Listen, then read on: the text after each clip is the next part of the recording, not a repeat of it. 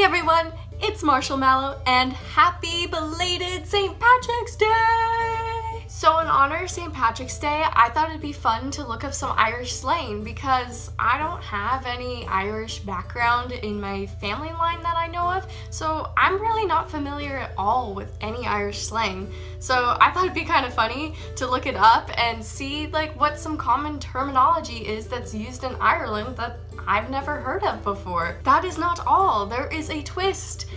I'm not just gonna read some Irish slang to you guys and interpret what it means. I am going to speech jam myself as I try to read these Irish slang terms. For those of you who don't know, speech jamming is where you listen to your own voice at a slight delay, which actually confuses your brain and causes you to speak at a stutter or at a slower pace and just overall be unable to really process and formulate proper words and sentences. So I haven't speech jammed myself in a long time, so we're going to see today how I'm going to react not only just reading Irish slang, but reading Irish slang with speech jamming on. Like a blind cobbler's thumb. Like a blind cobbler's thumb. Like a blind cobbler's thumb.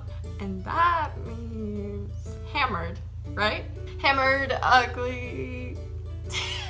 Like a blind cobbler's thumb, which means to be ugly. So the sentence it gave is, no, I don't want to go out with Bess. She's got a face like a blind cobbler's thumb. Boss eyes. Boss eyes. Oh, I can say that pretty well. It's a person with a squint. I feel like that's something that I do often myself. Like, I squint my eyes, so I boss eyes. Boss eyes. That sounds so cool. I'm gonna say I boss eyes from now on when I just squint. Whenever I take her to the pub, the barkeep gives me boss eyes. A rail Bulgarian. It means an uncivilized character. Later, I heard the barmaids calling him a rail Bulgarian for the mess he left. I hope you guys can understand me. So I took my headphone out just to say this. Wow. Okay, I need to take both my headphones out. So I took my headphone out for this next thing because this next one I think a lot of people have heard of. At least I've heard of it a lot, so maybe it's a common take the piss, to make fun of or tease or take advantage of. I didn't have the heart to take the piss out of him. You'd think I didn't have a mouth on me. Someone who feels overlooked when food is offered. She ate my dinner like it was hers. You'd think I didn't have a mouth on me.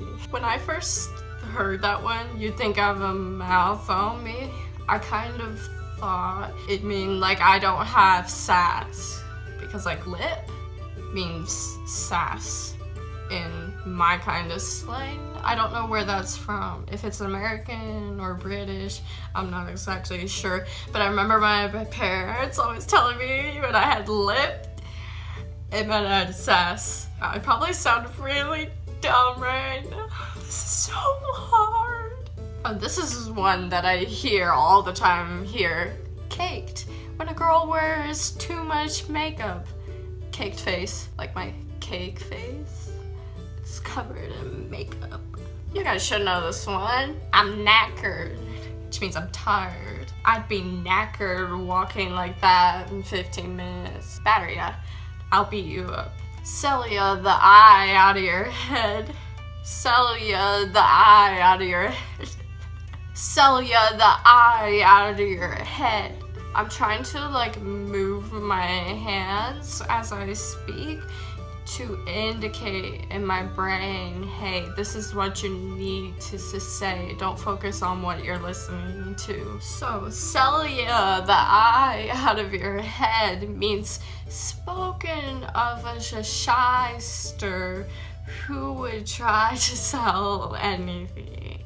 I don't exactly know what that means. Wrapped more times than a bad Christmas present means it's damaged or broken. So, he tried selling his watch that was wrapped more times than a bad Christmas present. Had like a bag of spuds. Oh, here's the potato references.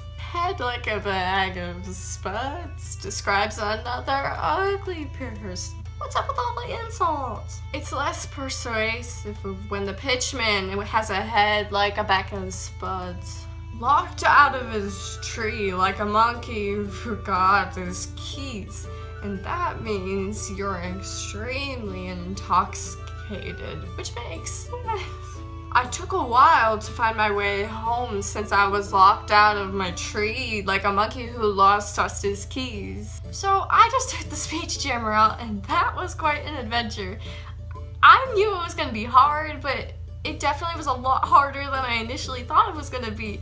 Just like trying to speak with it on by itself is hard enough, but also trying to speak and interpret Irish slang, that's just even harder. Because I was trying to like invoke things that I've never had to like invoke the way I say things in a different way. Because I was trying to figure out how exactly these words would be said and in what situations they'd be said in. And even just trying to read the sentences that they were in was really difficult. It's interesting though, because after reading all this Irish slang, I realized that, hey, I've heard of some of these and I actually use some of them. Like, I've used knackered before, I've heard take the piss before, I've heard caked. It's really interesting, but then there are some really wacky ones, like the one about the monkey who lost his keys. Like, I've never heard of that one before, or the spud head one. Anyways, you guys, thank you so much for watching my video. If you liked it, be sure to give me a thumbs up, and I hope to see you guys in the next video. Happy St. Patrick's Day, and bye! Now, the proper term for that instance is a sun shower, meteorologically speaking, but what I call it is a monkey's wedding. A rail burl gay. How are ya? How are ya? How are ya? How are you, lassie? I can't. How are you, lassie? I can't do it. I probably just offended a ton of people. I can't do an Irish accent. I suck at it.